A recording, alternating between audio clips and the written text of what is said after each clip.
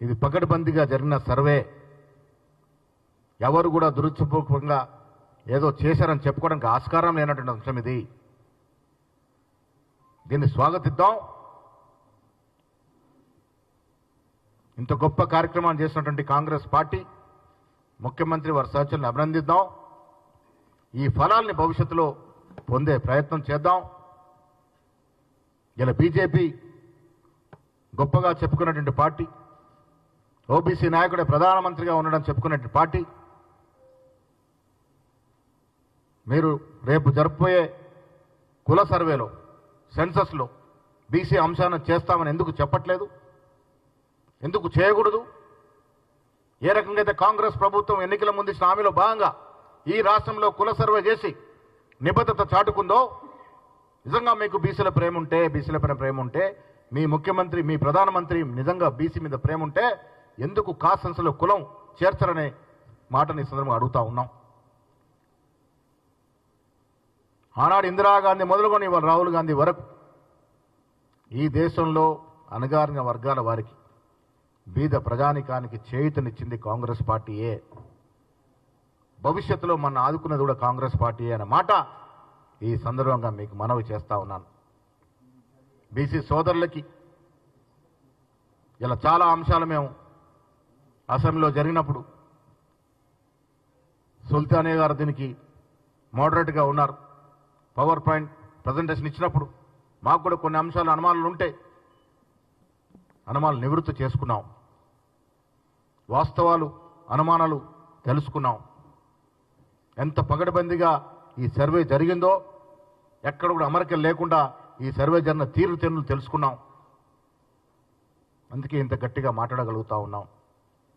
ఎక్కడ కూడా లోటుపాట్లకు తావు లేకుండా పరిపూర్ణంగా సరైన పరిజ్ఞానంతో శాస్త్రీయబద్ధంగా పకడ్బందీగా ఈ ప్రభుత్వం ఈ సర్వేను చేపట్టింది.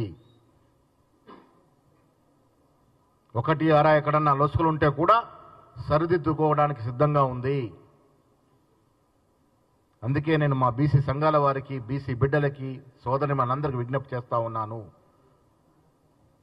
ఇన్నేళ్ళు ఏమీ చేయని నాయకులు, వస్తలేదా సౌండ్? ఇన్నేళ్లుగా ఏమీ చేయలేని నాయకులు, ఏమీ చేయలేని రాజకీయ పార్టీల యొక్క ఉచ్చులో పడొద్దు. ఇవాళ రిజర్వేషన్ ఇవ్వడం వల్ల చాలా మంది కడుపు నొప్పుతో ఉన్నారు. బీసీల మీద కుట్రలు, కుయంత్రాలు చేసిన నాయకులకి ఇది ఇమ్మడట్లేదు, పడట్లేదు. ఇంత గొప్ప కార్యక్రమం పట్ల వారు బాధతో ఉన్నారు కాబట్టే మన్ను ఉసుగొల్పే ప్రయత్నం చేస్తూ ఉన్నారు. తద్వారా ఇంత గొప్ప కార్యక్రమం మీద నీళ్లు జల్లే ప్రయత్నం చేస్తూ ఉన్నారు. అలాంటి ఉచ్చులో, ఊబులో పడకూడదని నేను మీ ద్వారా మా మిత్రులకు విజ్ఞప్తి చేస్తూ ఉన్నాను.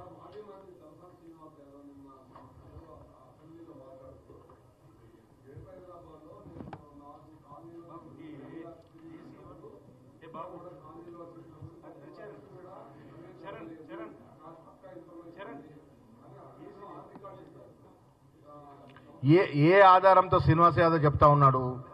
ఇప్పుడు మా మంత్రి గారు కూడా గతంలో చెప్పారు, ఈ 3.1% ఎక్కడైతే సర్వే జరగని ఇల్లున్నాయో దాంట్లో మెజారిటీ ఇల్లు హైదరాబాద్లో ఉన్నాయి.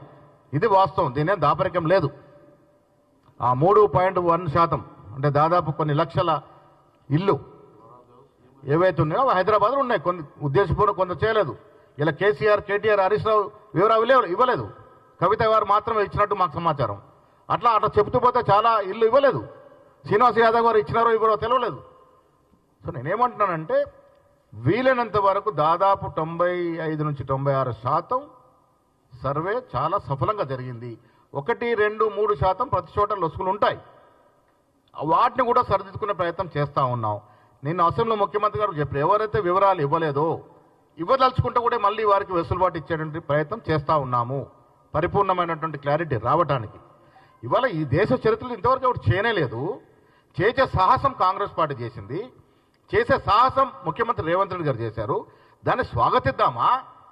అరే ఇంతవరకు ఎవరు చేయలేనటువంటి గొప్ప కార్యక్రమాన్ని చేస్తే చేయనని వదిలేసి గాలికి ఏళ్ల తరబడి మనం అణచివేసి వారి రాజకీయాల అవసరం కోసం మన కులాన్ని వాడుకున్న వ్యక్తుల్ని వదిలేసి చేసిన వాడి మీద నిందలేస్తామంటే ఇదెక్కడి న్యాయమని అడుగుతా ఉన్నాను.